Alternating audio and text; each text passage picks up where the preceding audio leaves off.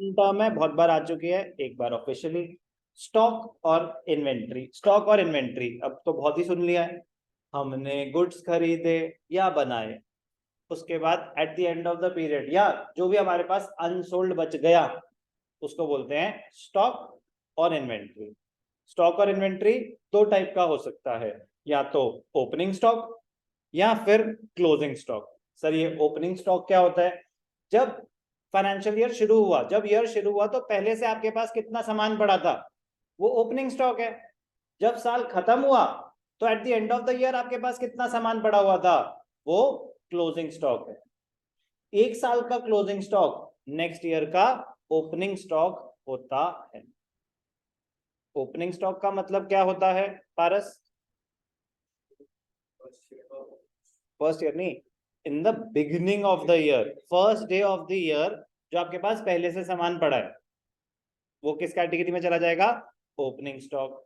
Closing stock क्या होता है? Eight the end of the year, eight the end of the year, eight the end of the financial year last. अगर financial year 22-23 है तो 1 अप्रैल 2022 को जो मेरे पास सामान पहले से पड़ा हुआ है वो ओपनिंग स्टॉक है। 31 मार्च 2023 को जो पड़ा हुआ है वो क्लोजिंग स्टॉक है। Opening stock, closing stock. Stock किस किस चीज का हो सकता है? स्टॉक किस किस चीज का हो सकता है? अगर आप एक मैन्युफैक्चरर हो, अगर आप एक मैन्युफैक्चरर हो, मैन्युफैक्चरर और ट्रेडर में क्या फर्क होता है?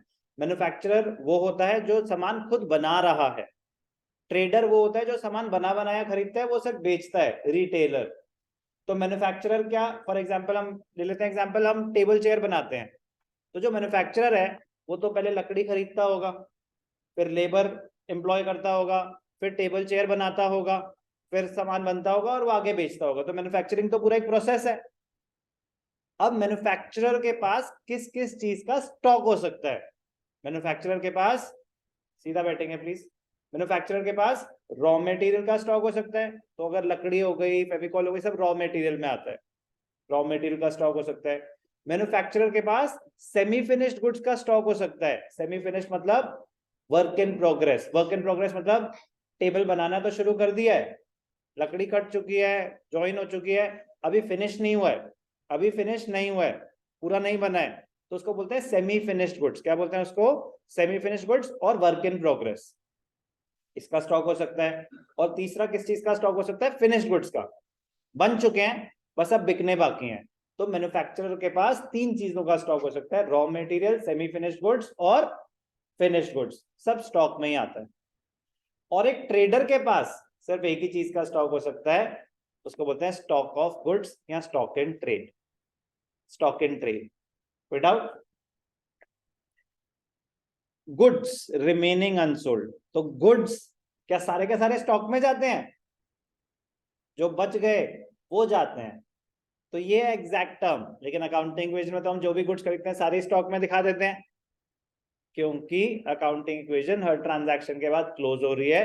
तो हम ये अज्यूम करते हैं कि खत्म हो गया ना, तो मेरे पास सामान बच गया ना, तो वो इन्वेंट्री में चला गया, सीधा स्टॉक में चला गया। गुड्स रिमेनिंग अनसोल्ड और unused in the manufacturing of product on a particular date. Stock or inventory is a current asset held by an enterprise for the purpose of sale in the ordinary course of business. Why is it considered as a current asset?